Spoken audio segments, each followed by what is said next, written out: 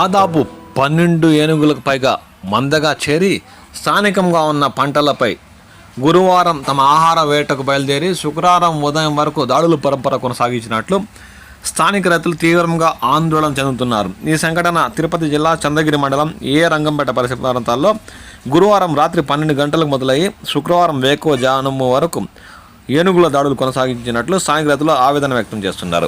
దుర్గం ST colony సమీపంలో రాతి కూసాలు, కొబ్బరి చెట్లు, పశుగ్రాసాన్ని ధ్వంసం చేసినట్లు వారు ఆవేదన చెందుతున్నారు. అకస్మాత్తుగా ఏనుగులు రావడంతో స్థానికులు భయభ్రాంతులకు గురయ్యి ఇళ్లలో తలదాల్చుకున్నారు. సమాచారం అందుకున్న అటవీ సిబ్బంది ఆ ప్రాంతానికి చేరుకుని పరిస్థితిని అదుపులోకి తెచ్చే ప్రయత్నం చేశారు. ఉదయానికల్లా అవి నేలకు కూల్చిన టెంకాయ చెట్లు, తిని తొక్కేసిన పంటలపై చూసి రైతులు తీవ్రంగా ఆవేదన చెందుతున్నారు. సంబంధిత శాఖ అధికారులు ఏనుగుల గుంపును దూర ప్రాంతాలకు తరిమేయాలని వారు ఈ సందర్భంగా కోరుతున్నారు.